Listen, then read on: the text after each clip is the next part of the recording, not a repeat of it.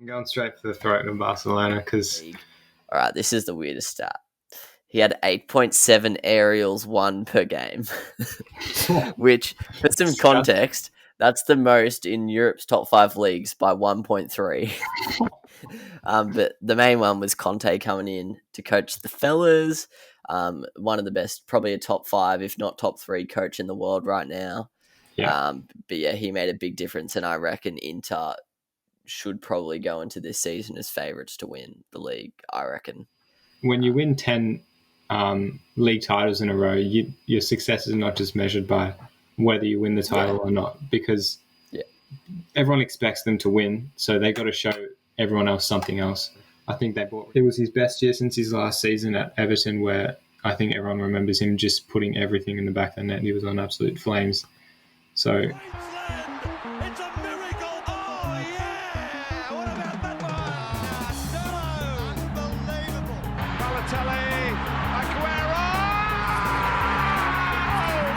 cheers. Here's Siddle. Oh, the ball is close. He's given him. He's given him. Peter Siddle's got a hat-trick on his birthday. Welcome back to the On the Ball podcast. This is episode 58 of the show. I hope it's 58 because I have just checked. I'm pretty sure it is. We were going to film this quite a while ago, I think maybe early last week, but we're here today, so we're not out of date like we were with the English Premier League one. So, we could be cracking some current gags and modern stuff, but today we're here to chat about the Spain and Italian football seasons. Once again, I know they finished about a month ago, but it's almost a good preview, I reckon, to review the last season. Yeah.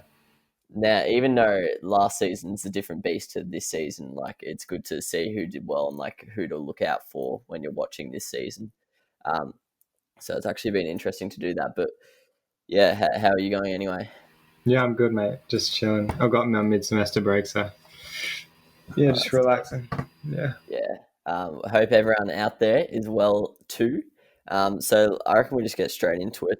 I reckon I say that every single episode. Let's get straight into it, but it's not really a good way to segue it in, so I just roll with that.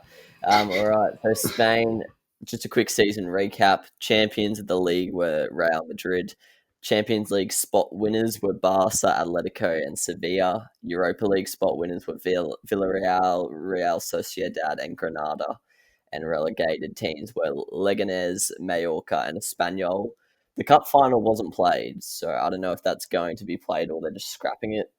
It is scheduled for Sociedad versus Bilbao, so we'll see how that one goes. And also shout out to Sevilla for winning the Europa League for the 7th time this decade or something. I don't know.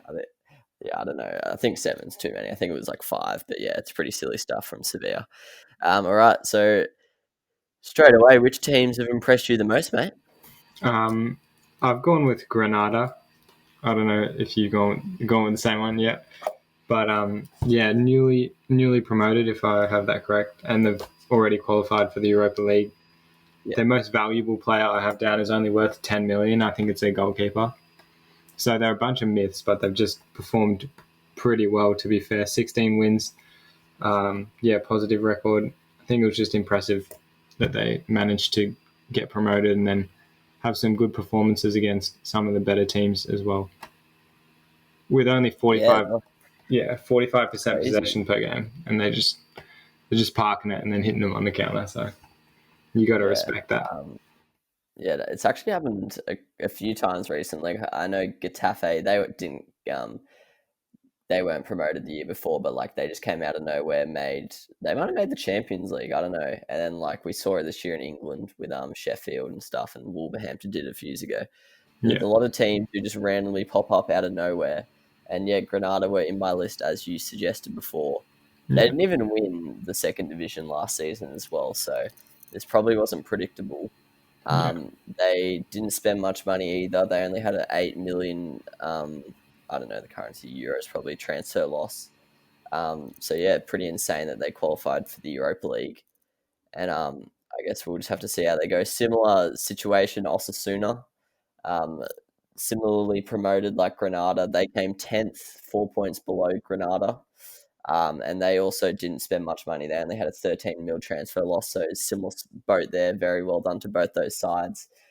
Other teams that impressed me, look, it's a tough one because they spent so much money, but Madrid, they did go from third to first. They did have a positive points difference, like from last season to this season, of plus 18. So they improved quite a bit when people probably weren't expecting them to improve.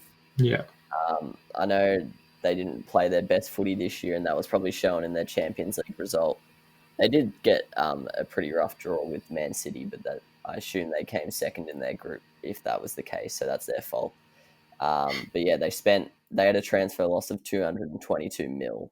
So like, it's not really like, I don't really want to get around them for that. You'd expect a good result from that. Villarreal is probably the main team for me, though, apart from the two promoted fellas. They went from 44 points earned last year to 60 points this year, 14th last year to 5th this year. Almost made the Champions League this season, and they actually had a $25 million, well, once again, I don't know the currency, but they had a transfer profit of 25 mil. So that's pretty silly business from them to just whip that out. Used to be a pretty good team quite a few years ago, and then they fell off. They've fallen off in the last 5 years. Yeah, they used to have some good players. Yeah, I think Santi Cazorla is at the base of their midfield for the last 2 years, and he's improved the side quite a bit. And a few other players from them impressed us, which we might get into a bit later. Teams that disappointed you? Are you going straight for the top? Or? Yeah, I'm going straight for the throat of Barcelona because they just made so many mistakes with their transfer. I don't know if you call it their transfer policy or transfer decision making has just been so poor. They've got too many players in the same positions at the wrong age, and it just hasn't worked out for them. Some of it's been a little bit of misfortune with Dembele's injury record, but apart from that, honestly, I think Griezmann was a poor decision. I think they just didn't think it through how they're going to fit him into the side in the next 2 years. It was never going to happen if they wanted to keep Messi, Suarez, and stuff like that. There's too many players who want to come too central towards the ball, so they just didn't make any good decisions there. And then, the whole point of those decisions was to give them a chance at winning right now, and I think everyone can see that's just not going to happen.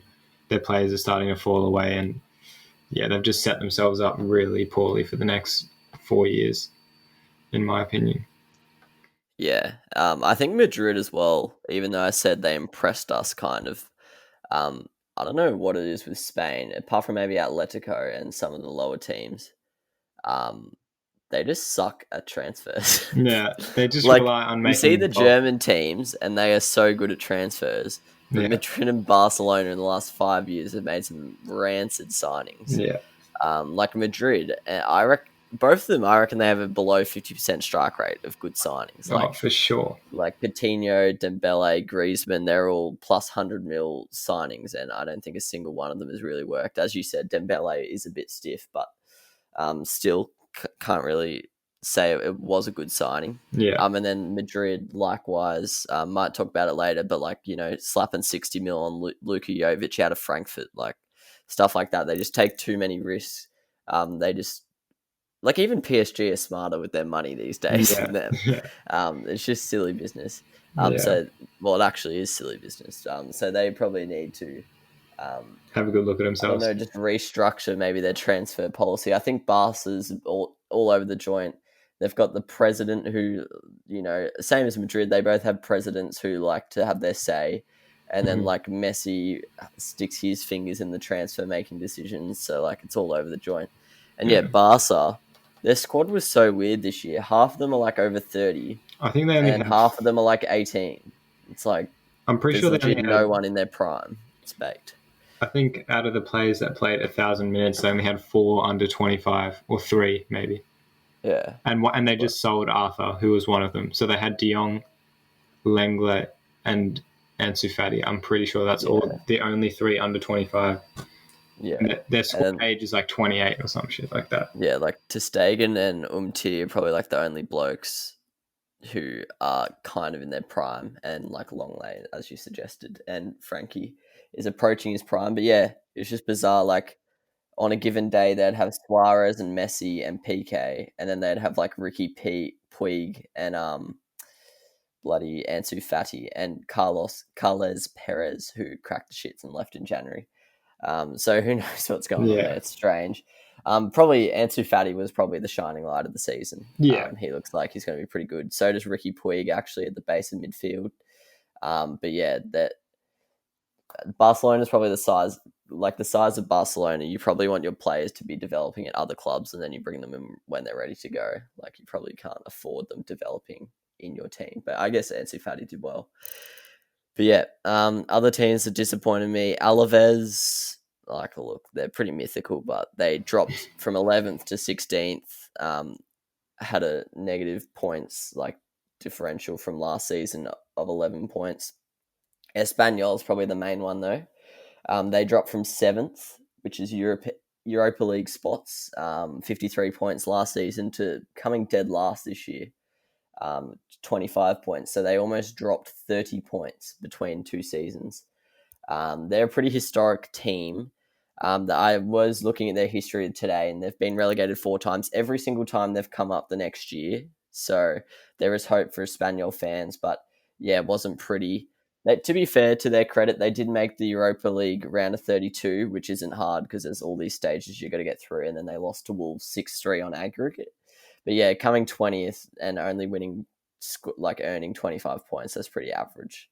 So I'm not sure how that's even possible, really, to drop from 7th to 20th, but they've done it. Jesus. So yeah. All right. We may as well get straight into the players because we've got quite a lot to get through today with the 2 leagues. Players that impressed you most. Who are you looking at here? I've gone with a player who I really liked. Don't like him as a bloke. He just rubs me up the wrong way. But Thibaut Courtois, I was pretty unimpressed with him at Chelsea. I thought he was severely overrated, but he somehow managed to earn himself a move to Madrid after playing for Atletico. Another just dog act, shit bloke clearly, but 79% save percentage, and he just improved greatly from the way he was playing at Chelsea. Only conceded 0.6 goals per 90, 3 goals below the expected goals he was expected to concede, which is pretty impressive for a keeper. And so just 20 goals conceded in the 34 games with 18 clean sheets. And I think Madrid's defense was in the end the best or the shining light of their season. They relied on Benzema a lot up top, but in defense I think they were pretty solid. And a lot of their wins, particularly at the end of the season, were 1-0 scrapes through with a Sergio Ramos penalty or free kick. But yeah, so he was pretty impressive for me. It was actually a joke at the end of the season. He just put in a penalty for 4 games in a row. He scored a penalty or a free kick, and they won 1-0. It was ridiculous. But surely he's getting up there in the goal standings for Madrid all the time. He scored he probably 15. He probably scores around 10 every year. So 10 for 15, 12 years or something. Surely he's actually getting up there. But yeah, a player who impressed me most. I can't lie, I have a lot of strikers today, so it's a bit of a striker-themed episode. But there seems to be a lot of good strikers in these 2 leagues. Even the weird teams, most of them just have 1 good striker. Yeah. It's a bit bizarre. But so my man is Gerard Moreno, the Villarreal striker. He's 28 years old, so you probably wouldn't expect him to come out and impress us by now in his career, but he went from 8 goals last season to 18 goals this year, which put him in 3rd in the golden boot of the La Liga behind Messi and Benzema. He went from 1 assist to 5 this season. He had 6 man of the matches for Villarreal, which was tied 5th in the league. All his key passes went up. They were in the top 25 for the league. His shots per game went up. He was in the top 10 for that stat. And his dribbles went up, and he was in the top 20 for that as well. He's just to kind of, show how big his improvement on last season was his who scored rating went from 6.79 to 7.31, which put him in the top 10 for the league. So he did pretty well. It's kind of strange that a 28-year-old striker would just come out and blitz all like his past stats and stuff. But yeah, very good effort. 23 goal involvements is the main thing for him. So yeah, pretty impressive. I don't know why. I get the vibe that a lot of Spanish strikers they like blossom pretty late. Like you had blokes like Adjuriz and stuff like that who really like started getting good late in their career. Yeah. So we'll see if he can be one of those. Someone else I wanted to shout out. This guy's a bit of a gag just because Fulham decided to buy him for like 35 mil on the last day of the transfer window last season. But Andre Frank Zambo Anguissa. Fulham bought him from Marseille, I think, for 35, and he went on to just be pretty average in a relegated side. However, Fulham, they went down to the Championship and loaned him out to Villarreal. He's a CDM, 24 years old. He secured a who scored rating of 7.06, which was that's quick maths, 0.37 improvement on last season's rating at Fulham. That 7.06 put him in the top 25 of the whole of La Liga. He won 5 man of the matches, which put him in the top 10 from CDM, which is pretty impressive. He won 2.3 aerials this season compared to 1 last year. So I don't know if it was the move to Spain, maybe the midfields are smaller because like Spanish people are usually smaller than the Premier League midfielders, but he seemed to be a lot more physically dominant in Spain, and his key passes and dribbles increased. He was actually 4th in the league for dribbles, which is pretty surprising from a physical CDM. You wouldn't really expect that when you got blokes like Messi and stuff running around. So yeah, obviously Messi was above him in that stat, but like small wingers is what I meant. So yeah, he was pretty impressive. And I think, at the moment, he is not moving anywhere. So he's gone back to Fulham, and we could see him in the Premier League again this year since Fulham did get promoted.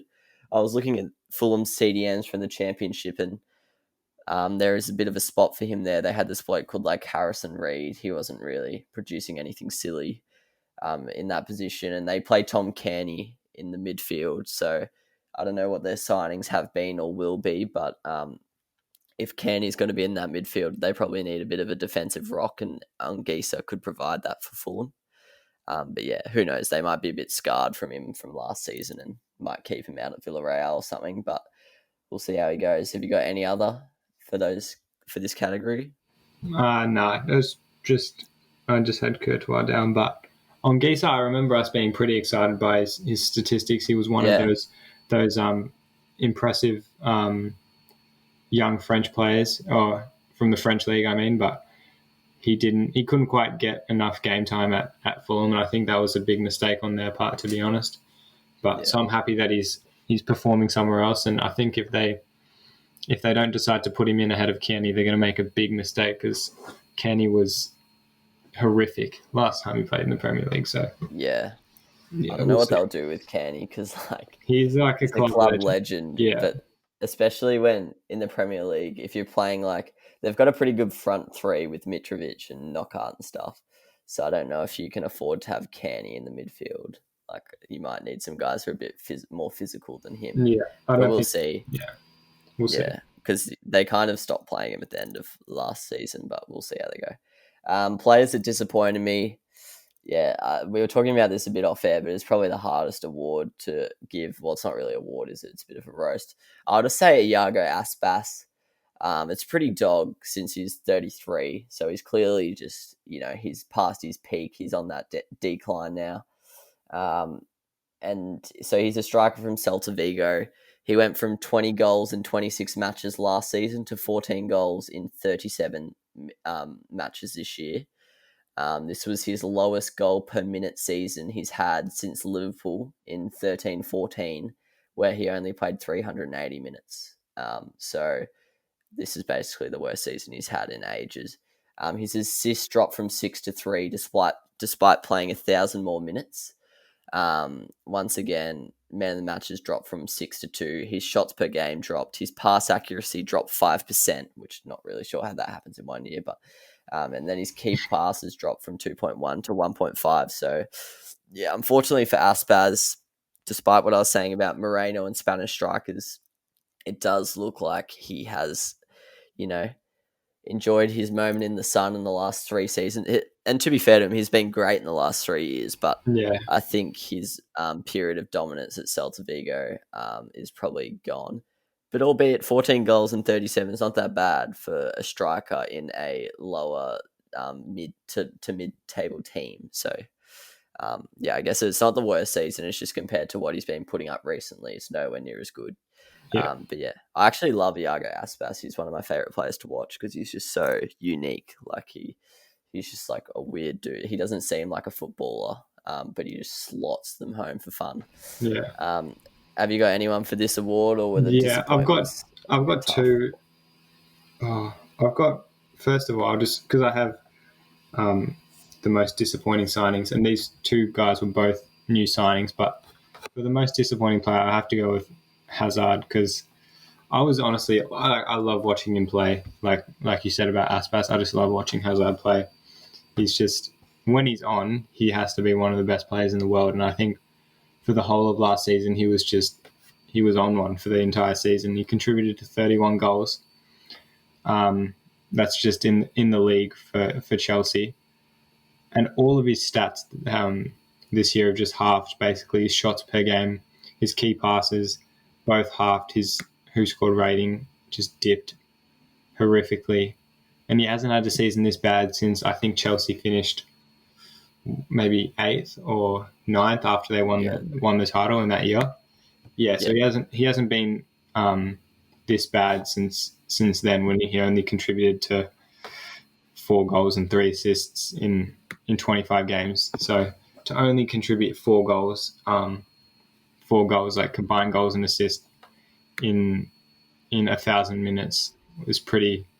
He came in looking like a fucking meatball as well. So he didn't look like he was taking it seriously. I think, and for that amount of money, exactly. I don't think he liked that he wasn't the go-to player. Like, everything didn't go through him the way it did at Chelsea, and I think he just didn't suit being a complementary player. I think, like Coutinho, Mahrez, they need everything to go through them, if you know what I mean. Yeah. I think teams need to take that into account a bit more. Yeah. Like we talked about in the last episode with Richarlison. But yeah, I do think teams need to think about that a bit more. They just kind of see, oh yeah, he's the best player in their team, let's get him. But they probably do need to think about that dynamic a little bit more. Yeah. Because that's often a reason why people fail, really. Yeah. Yeah, I think... Yeah, everything's never going to flow through him when he plays at Real Madrid. So I think he may improve next season, but he'll have to change and adapt his game style, which we'll see if he can do. But yeah, hopefully he can, because he's great to watch when he's on. Yeah, and it's a bit silly having Hazard and Bale on the Pines. So yeah, hopefully he does something. All right, that moves us into the best signings of the year. I've got 2 budget blokes. I had a couple around the 10 to 20 mil mark who were pretty good as well, but I've gone even cheaper than that. So I'll start us off. My first lad is Hosselu. He is a striker, 30 years old. He played for Deportivo Alaves. He got bought for 2.24 million from Newcastle, so absolute bargain. At Newcastle, he did nothing. He only played 587 minutes, and this year he played 2,786. So already that's a win for that price point. If you're getting that many minutes out of someone, it doesn't really matter how they do. But he scored 11 goals, registered 2 assists. He was in the top 10 for goals in the league. All right, this is the weirdest stat.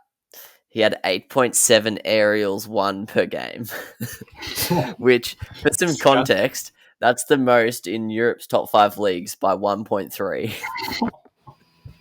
And he's not he's pretty tall. He's 192 centimeters, but he's not like Weghorst, the Wolfsburg striker, if you know him.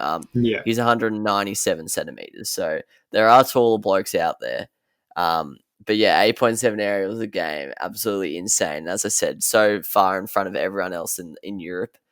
He had 10 man of the matches for Alaves, which was second in the La Liga, only behind Messi, who I think had like 22 or something.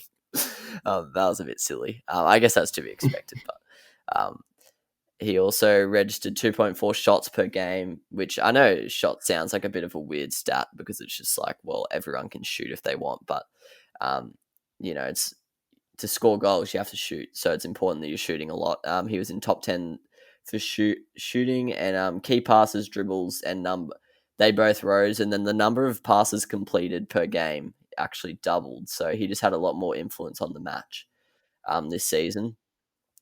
So yeah, interesting that he failed at Newcastle, but really killed it this year, and just another late bloomer of a Spanish striker. So there you go.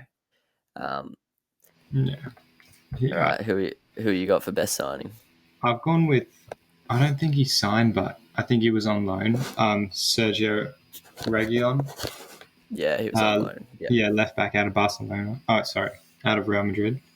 Yeah. I think he just progressed so much, and I think they did really well with him to get him out and get him on loan.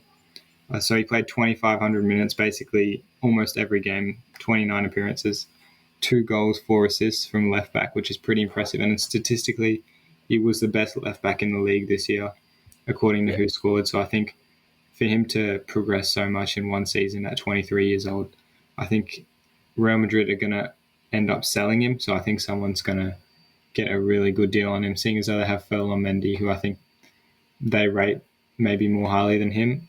I think someone could get a really good deal and a really good player for the long term. So I think, that might be a good bit of business for Real Madrid to recoup some money if they can get some serious value out of him. So I think he impressed me most. Yeah, he's got. I think Tottenham are heavily linked with him, which would be a great signing because they've struggled in the fullback area in the last 2 years. They tried bringing in Serge Aurier, that failed.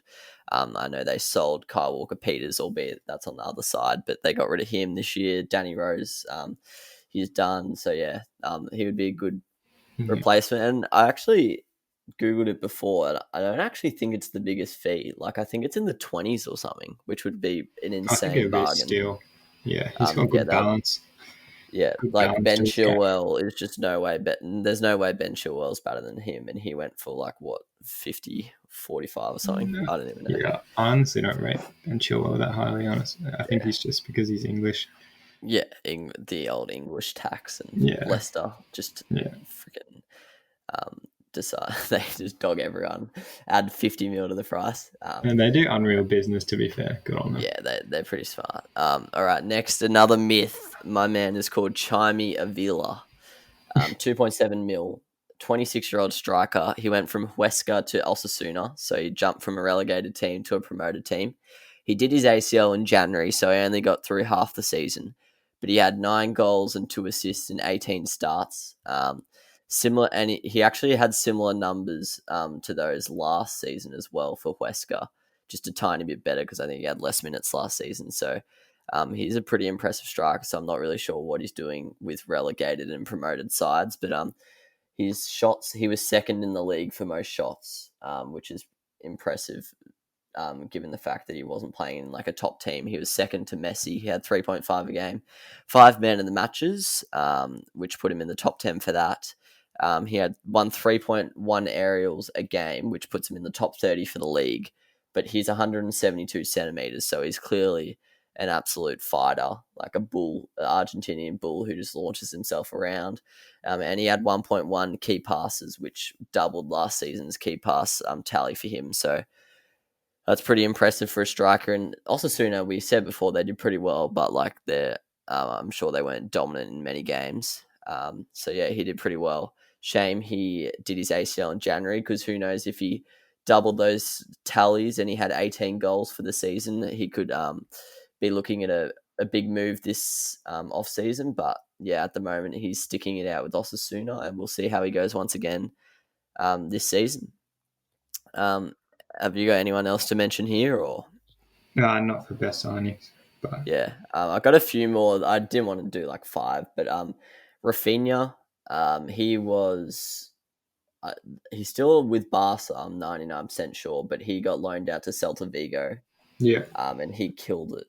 He played in a little bit more deeper position than he normally does. He racked up some nice defensive numbers and did really well in attack as well. And he was actually, maybe they bought him because I have a transfer fee here, so I don't know, because I've got here that he went for 15 mil, so maybe they did buy him.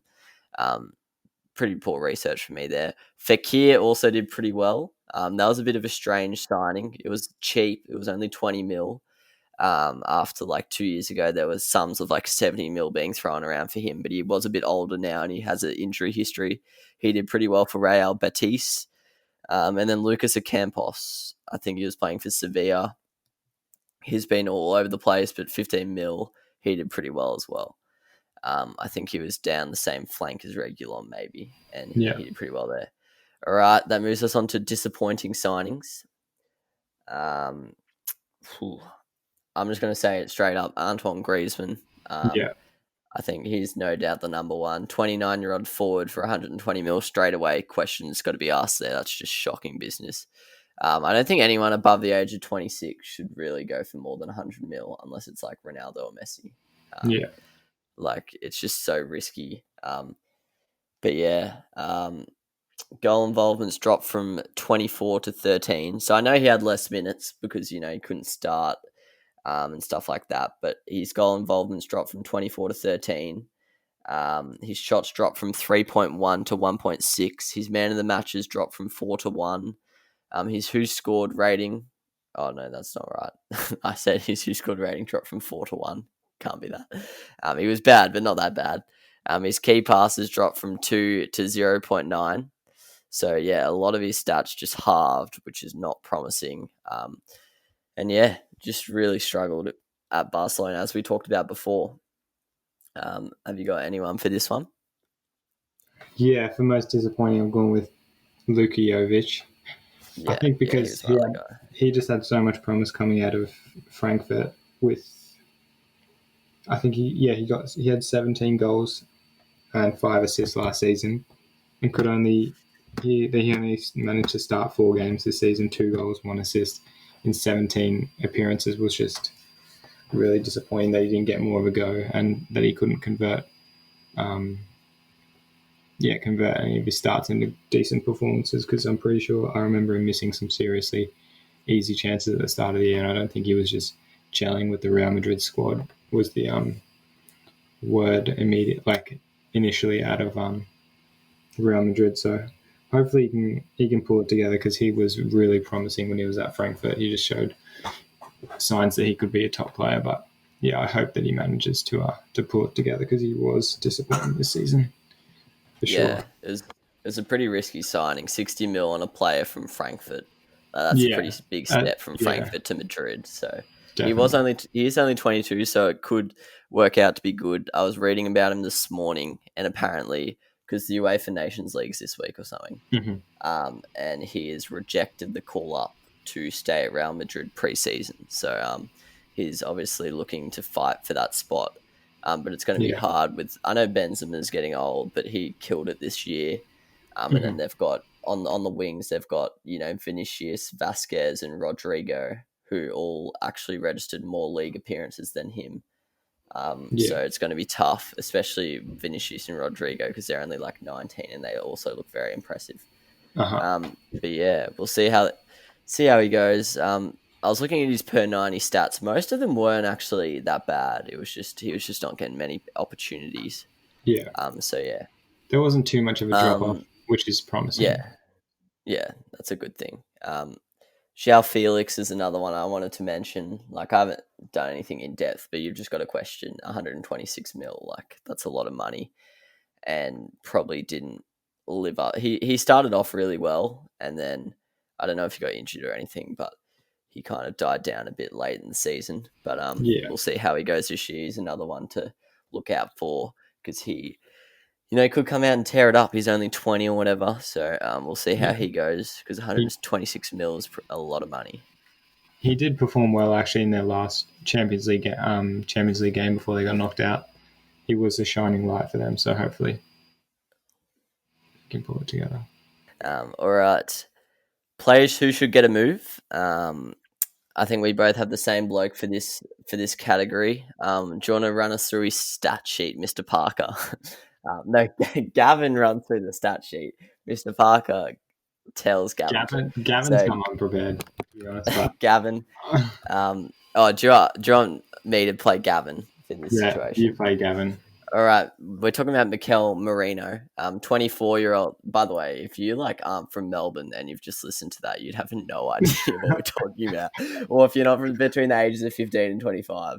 But yeah, 24-year-old centre mid from Real Sociedad, Mikel Merino.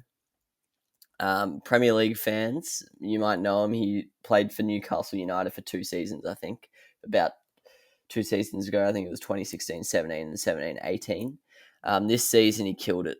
He was top 5 in the league on who scored rating.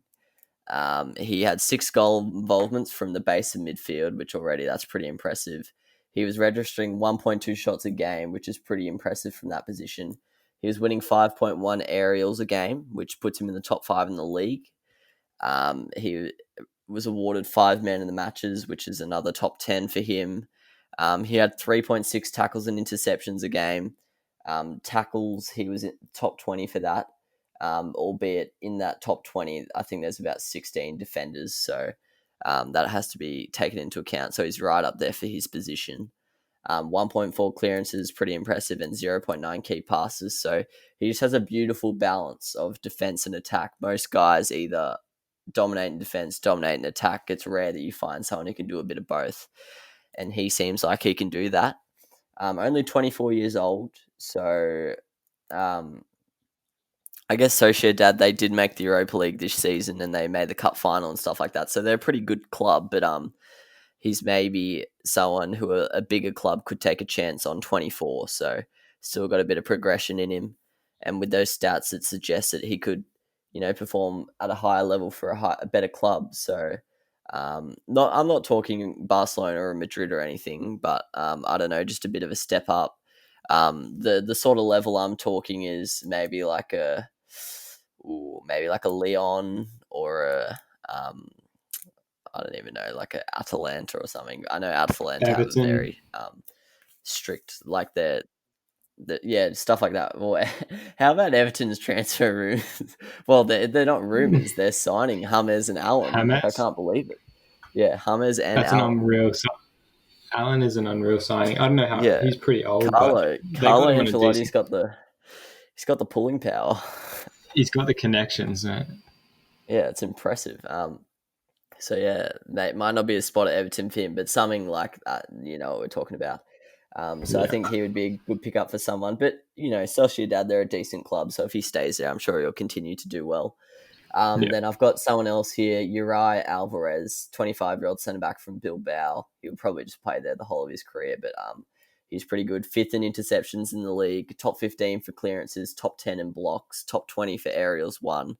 So just a bit of a general down back for them. Only 25, so he could, do a solid stint at a bit of a bigger club than Bilbao and then maybe come back home after, but I can't see that happening too much, but he probably deserves it. And then 2 other guys I wanted to mention, I'm not going through their stats or anything, but Yangel Herrera, he was a loanee from Man City. He put on a clinic. He was like 30th in who scored rating, and he's only like 22. I think he's a left back. And then I think he might have played for Granada. I don't know. I've got 2 blokes here, so I'm probably getting confused. And then there's another guy. Mate, Watford are the strangest footy club on earth. But they've got this. They've loaned this guy's from Watford. Purvis Estupinen.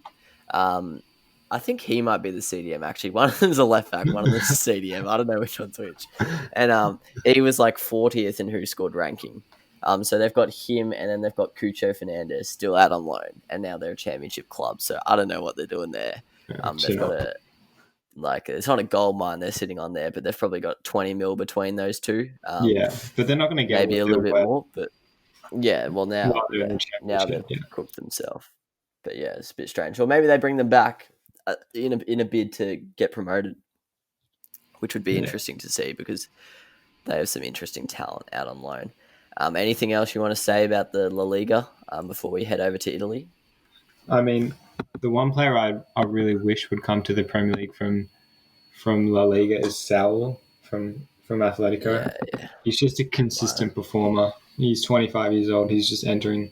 He's still got at least 5 years of his prime, I'd say, and he's just super, super consistent. I think he is on a long-term contract at Yeah, didn't he sign like 10 years or something when he was like 22? With like a 100 million, 100 or 150 million buyout.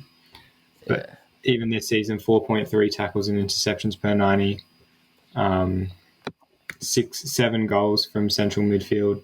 He played on the left, in the middle, attacking midfield, defensive midfield, and every single position he played, he had over a 7.0 who scored rating, which is pretty impressive. It shows his versatility.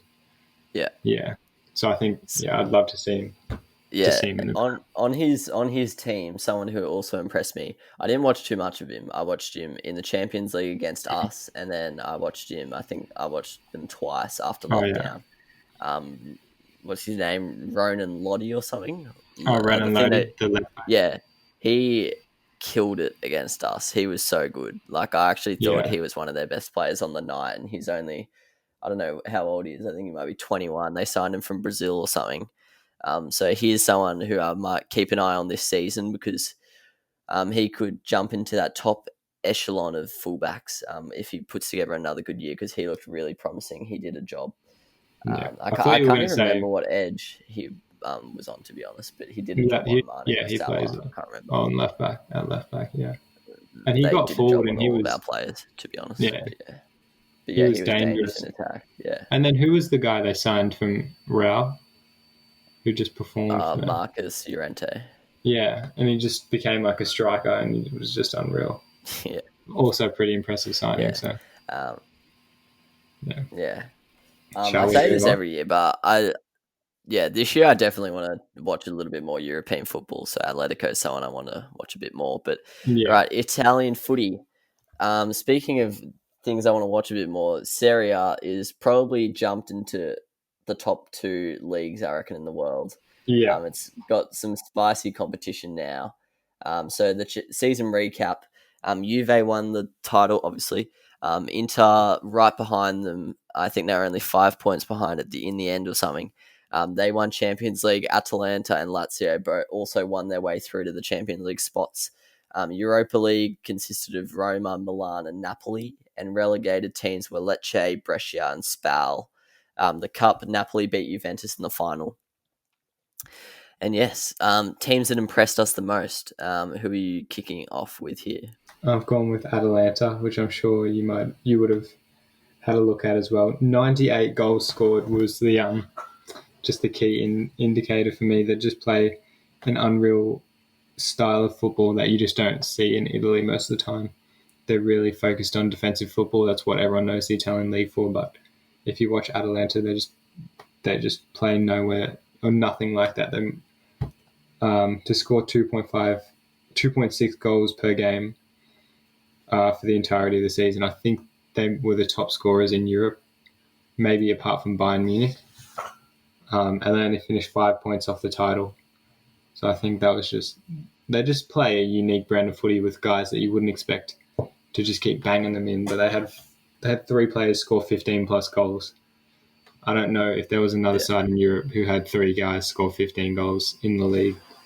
Actually, I'm pretty sure there wasn't. So, yeah, that's pretty impressive on that alone as well. So, yeah, it's pretty impressive, especially they don't rely on individuals. The fact that they had so many guys contribute means it's mainly system based. So I think their coach Gasparini, I think it is. People should be getting around him. Is that shocking name? Shocking name. Yeah. Jokes. We love you, Gassy. Obviously, not listen to this rubbish, but Atalanta, they're a good one. As you said, like, sometimes I fear that when Papu Gomez and Ilicic leave, they're going to plummet. But as you said, they share it around, so I don't really have fears for that. And they have pretty good production out of the academy and a good transfer policy. So, I think they'll be right up there for a long time. Well, especially when Gassy is coaching. Yeah.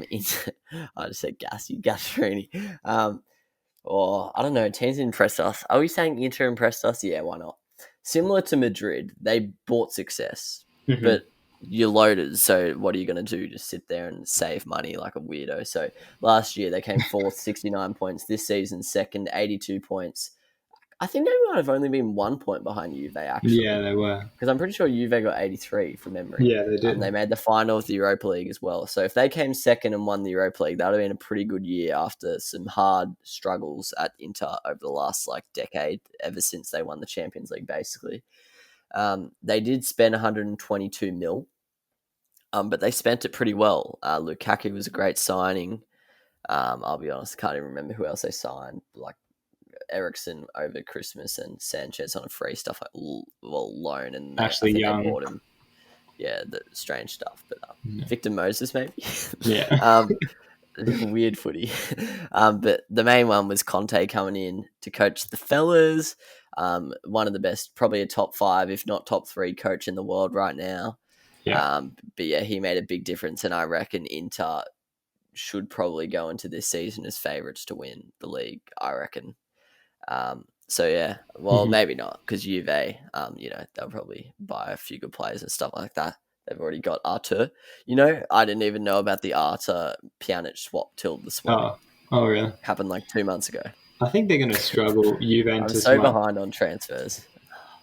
I think it could go 2 ways with Juventus with Pirlo in charge. I think he could just implode, not know what he's doing, but also you don't know what that guy seems like. He's a bit of a genius, so might also pull out a Lampard, inspirational type leader. Yeah. So yeah, that'll be interesting to watch. But yeah, it's going to be a really good league again this year. Other teams that impressed us. This is probably the main one for me, but Lazio. Yeah. They jumped from 8th to 4th. They went from 59 points to 78. They were in second for a long time. I think right up until 5 weeks to go. 5 game weeks to go, and then they started falling back. They had a few poor losses after lockdown, but they only had an 11.6 mil transfer loss. So they were really impressive. All their players balled out. We'll talk about it in a second, but Luis Alberto, Ciro Immobile, Sergei Milinkovic-Savic, they all killed it. So they were awesome. Really looked like at one point they were going to be the ones challenging Juve, but it ended up being more Inter. But they were, once again, still only 5 points behind first place. So that's just how close the league was. And then Hellas Verona, they got promoted through the playoffs. I didn't realize they have promotion playoffs in Italy as well. So they came 5th in Div 2 last year, got promoted through the playoffs. Then this year they came 9th in the Serie. So pretty silly from them. Yeah, I don't really know what they did there. They didn't really spend much money either. They only had a 12 mil transfer loss. Teams that disappointed you? Who are you talking about here? I don't know if this is harsh, but I think Juventus disappointed me particularly because when you win 10 league titles in a row, your success is not just measured by whether you win the title or not, because everyone expects them to win, so they got to show everyone else something else.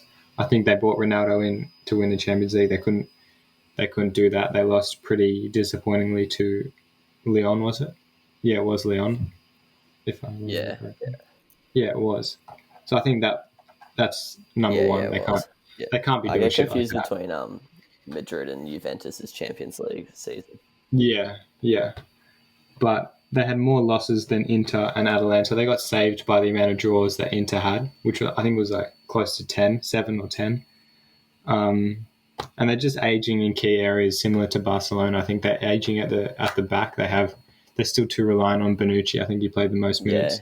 Yeah, he did. In defense. Most minutes, yeah. Most minutes in the whole team, actually. Yeah. So. In the middle, they were relying on Pjanic, Ramsey. They just signed too many old players. I'll get on to Ramsey in a second. Piece of shit. And they're just, I think they brought in, what's his name, the coach, because they thought he'd bring a more attacking style, but I just don't think he could implement the style at all, and he just ended up relying on Dybala and Ronaldo to bail him out going forward. So I think they're a pretty good decision to ship him on because it just wasn't a good fit. But yeah, I think I'm pretty sure they scored less goals and conceded more goals than Inter, but still managed to hang on to the title. So I just wasn't that's pretty stiff. convincing performance the whole season. I think they're going to have to do something significant to win next season. Yeah, they've bought Arto though, which is a good pickup. Well, I think anyway, it's going to be interesting to see how he does. They loaned in Weston McKennie as well. That'll be an interesting one to see if he plays at all, and if so, how he does. Because he's someone who, after watching Schalke, he looked good. Yeah. But I don't know. He was playing in a bit of a Boris side there, so we'll see. It's a pretty big jump from mid-table Germany to, Champions League contender. Do you reckon it could be partly a ploy to just get more American fans for them? Maybe. Speaking of that, Espanyol, they're owned by a Chinese owner. Legitimately, 2 months or something after the owners came in, they bought like a Chinese striker. So I reckon like a lot of stuff goes on like that we just don't realize. Yeah. But yeah, that could be a ploy, I guess. It's probably like Pulisic, like obviously that he's a star on the field, but he would bring so much money and like marketing and stuff. Exactly. I think. And like I remember growing up, Landon Donovan and Clint Dempsey, they were like global superstars, and they were like not even that good. Yeah. Just because of where they came from. So it's probably pretty smart footy from them if that's a bit of the reason. Yeah. But yeah, Napoli also, they were pretty bad. They went from 2nd to 7th, so their magic had kind of rubbed off. They had a good, really 3 or 4 years. Ancelotti got sacked midway through the year. They went from 79 points to 62, so really fell off. They were behind that top pack by quite a long way. However, the Champions League, they did pretty well. They came 2nd in our group, Liverpool's group, and they got results in both games against Liverpool. And then they lost to Barcelona on aggregate 4-2. So they almost made the quarters and beat Barcelona, which would have probably changed their outlook. But for them, they had 144 million in transfer loss. So they made, I think, 7 signings, more than 10 mil or something. So one of their players I will mention in my most disappointing signings, but they threw out a lot of money. Then I won't go into it too deeply, but Torino, they dropped from Europa League spots in 7th to just outside the relegation zone in 16th. So that was pretty disastrous as well. Yeah. All right. Players that impressed you most. Actually, I'm going for it because I love this man. Ciro Immobile, the Shark. He is an absolute larrikin. I love him. I don't know why. There's something I froth about. I think it's the name. And I just like Lazio, the club. It's a good name. Good badge, good colours. 30-year-old Lazio striker. All right. This man is not getting enough plaudits. I'm sorry. Yes, Lewandowski is great. Everyone's saying he would have won the Ballon d'Or if there was one or whatever. And stuff like this. Everyone's frothing him. All good. He's great. Ciro Immobile is getting absolutely donuts, and he's had probably just as good as a season. So he scored 36 and 36. That's already beast. He scored 5 more goals than Ronaldo, so he was top in the Golden Boot by quite a long way in Serie. He was also 4th in assists. So he's not just tapping them in. He's also 9, so not that much. I don't really know what their league's probably slacking a little bit on that, but that's very handy. 45 goal involvements. Some teams don't even score 45 goals. And that was up from last season's. He had 15 goals and 6 assists. So very big improvement on last season. 10 man of the matches, which was tied most in Serie. And yeah, I'll be honest, the rest of his stats didn't really change. He's finishing just... How many pens did he score? Oh, I don't know that. Pretty sure he scored 10 plus pens. Yeah, but don't we all? Don't we all just chalk them up? Yeah. To be fair, most strikers, put him in. most strikers do score them as well. Yeah. But yeah, I was going to look at his expected goals. I'll be honest, I didn't have time to do it, but absolute beast. He did re-sign with Lazio for 5 years today, yesterday, I think. So we won't be seeing him at any other club, but I think he tried a few clubs early on in his career and didn't really have much success. So I think it's probably good that he just sticks to his bread and butter in Lazio and keeps them as a Champions League team for a few more seasons to come. And it'll be interesting to see if this year they just had a supernova season where everyone's stats were skyrocketed by the system or something, or if this is really how good they actually are going to be. But yeah, who do you want to talk about? I've gone with Marcelo Brozovic.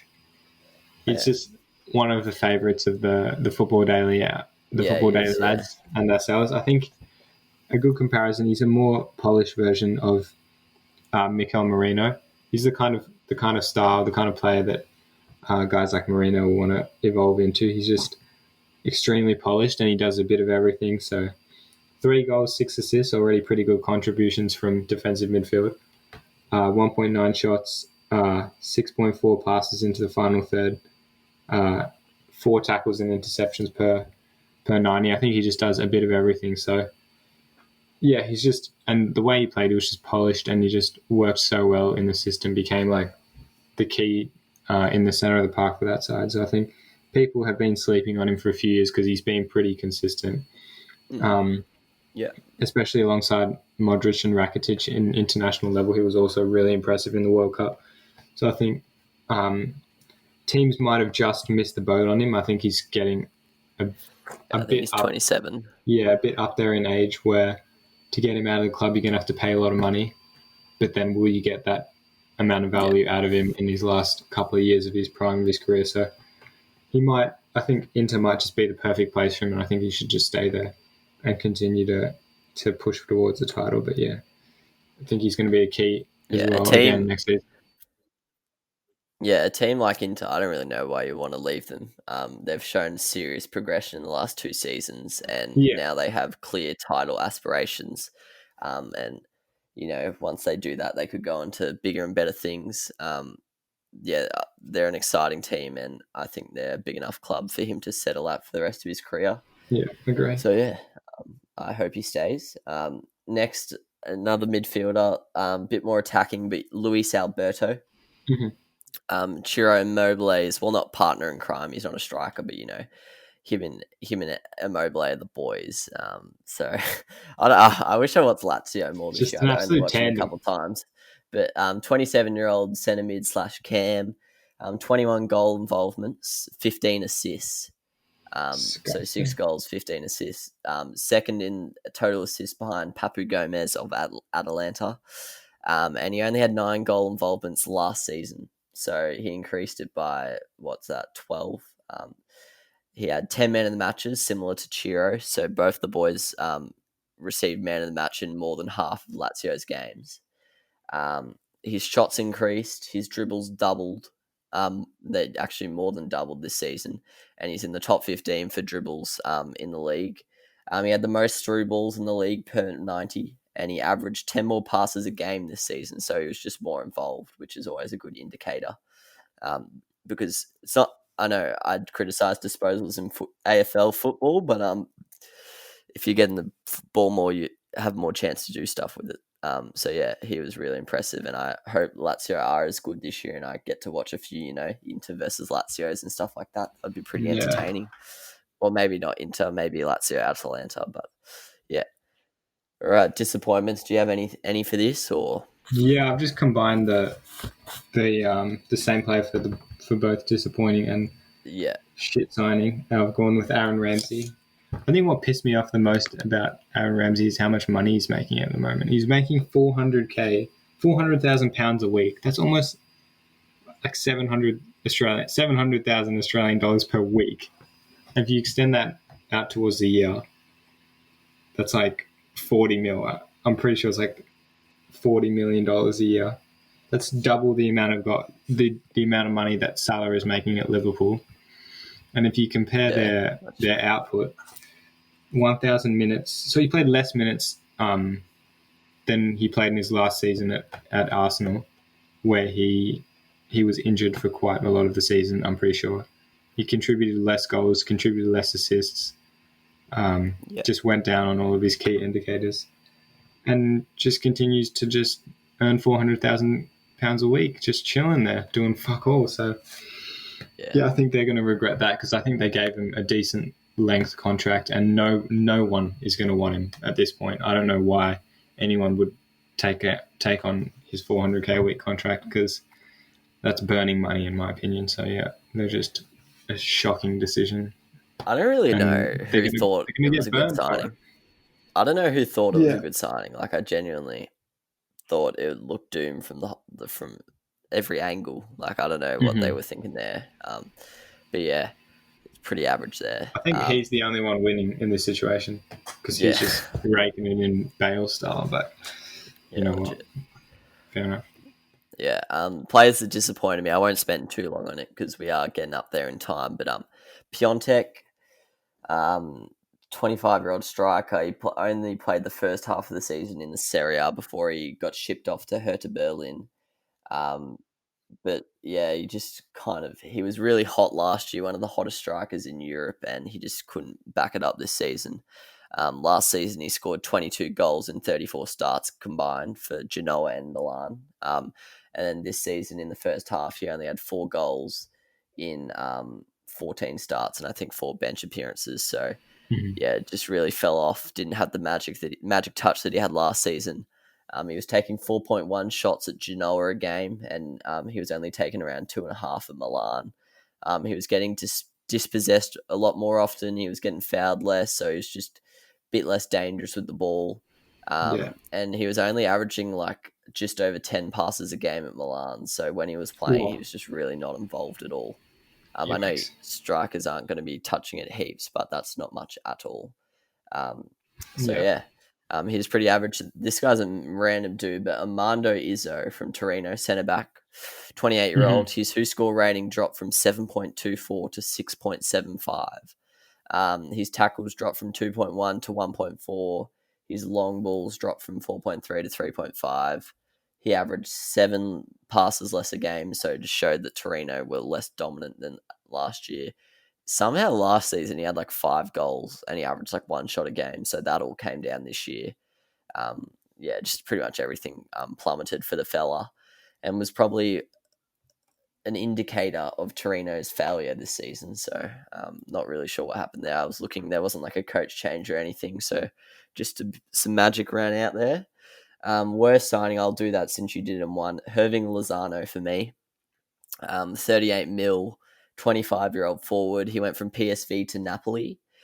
He only started 10 games for Napoli and made 16 bench appearances. So already 38 mil for someone who's only playing 10 matches on the starting pitch. That's pretty debatable.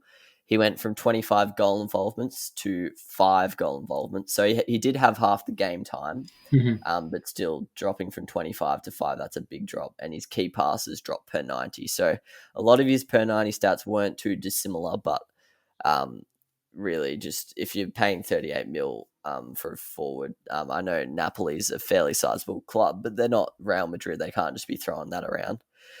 So got to get him on the field if you're going to sign someone for that much. I think we might see him a bit more this year because I think their front guys have, aged a bit. I think Mertens went a bit backwards last year and stuff like that. Yeah, so, I think he's done though. I think he's moving somewhere, but he's done. He's played his last game at Napoli, and they've brought in Osimhen to replace him. So you never know if they can get the last few years out of Insigne and then help him develop with Osimhen and Hirving Lozano. You never know. They could really build back up to something, but yeah. And then 2 others I'd probably question. I don't think they were bad signings, but probably just a bit much, or we're not sure if it was a good signing yet. So De Ligt, 85 mil. He played quite a bit this year, but his performance dropped off quite a bit. So we'll see how he goes in the long run. But he's someone at the moment who is definitely in the pending section. Yeah. And then Danilo, 37 mil. To basically warm the bench. That was a bit of a strange signing. He played a little bit, but not much at all. So that was a bizarre one. Just some fun exchanging of money from Man City and Juventus, just taking the piss there. All right, that moves us into best signing. Yeah. I think you started the most obvious one with Big Rom, Manchester United to Inter. I think he just made an immediate impact, did what everyone thought he was going to do, and did for a period at Manchester United. I think he was just severely undervalued at Manchester United, to be honest. I think they could have got so much more out of him if they just built their attack a bit better around him. But to be fair, they've gone in a different, more fast-paced more versatile direction, which is fair enough. So I think they've just blossomed. He's just blossomed in this new system. 23 goals, 2 assists, 0.76 goals and assists per 90. And I think his shots increased a little bit, but his efficiency and how clinical he was with those shots was what improved most. So I think his confidence got up and he just kept sticking them in. So I think they were pretty smart with their business. I know that I said Piontek was disappointing, but Teo Hernandez, 20 mil from Madrid. I actually didn't realize he was from Madrid, but he was out on loan to Sociedad. I thought Sociedad actually owned him, but Madrid owned him. 22-year-old left back. He had 9 goal involvements in 32 starts. He had 3 man of the matches. He had 1.5 shots a game from fullback, which is pretty impressive. 3 tackles and interceptions a game, 1.5 clearances, 1.7 dribbles, 1.3 key passes. So just a pretty solid player all round. Nothing really stands out, just well balanced. Yeah. 9 goal involvements, so that is pretty silly. I don't know if it was taking pens or something there, but that's pretty outrageous. But yeah, the defensive numbers and the creativity numbers, they're just very well balanced, which is what you like to see in a fullback. So he's also someone I thought was worth mentioning. And then there was a couple guys on loan, actually. I'm not going to go into their stats, but Musa Barrow, Atalanta bought him last season, I think, in the off-season. And he went out on loan somewhere. He killed it. He was like in the top 15 on who scored rating. So it would be interesting to see if Atalanta bring him back and start him. Raja Nainggolan on loan to Cagliari from Inter, I think, or Roma. I don't even remember where he's at anymore. He moved a lot. He played really well this season. And then Juventus actually bought this bloke for about 35 million. He's a 20-year-old winger, Dejan Kulusevski. So he was at Parma. They bought him. Then he went back on loan. He smashed it. He was in he was right up there in who scored rating and a lot of different stats. So he's someone who could be an exciting signing for Juve. Players who should get a move. Anyone you want to mention here? I've gone with, I think it's Domenico Berardi. Yeah, I've gone with him as well. Yeah, he's just he's been consistent actually over the last few seasons. Just always been good for, is it Sassuolo? I think it is. 14 goals, 10 assists, 5 man of the matches, 4 shots per game, 2 key passes, 2.1 fouls, 1 tackle and 1 interception as well per 90. So I think he just does a bit of everything. And I think if you compare him he had a better who scored rating than Dybala. And I think everyone associates Dybala with being this young player. Everyone thinks he's got this huge potential. He's already 26 years old, same age as Berardi.